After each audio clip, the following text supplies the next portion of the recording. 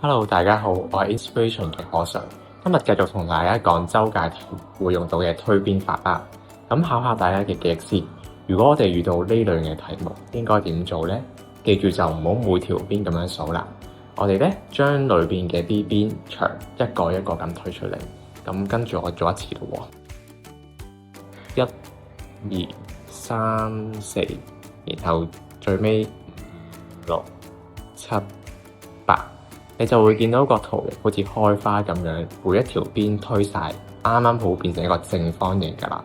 咁我哋可以揾咗佢嘅邊長先啦，就會係2×3就係6cm。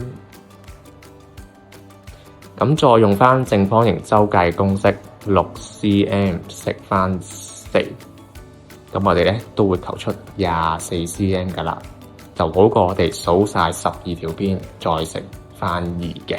好啦，咁如果同學仔睇到呢度都有信心嘅話，不妨試下畫面下方一題啊，咁一齊思考下有冇足夠嘅資訊去計個圖形周界。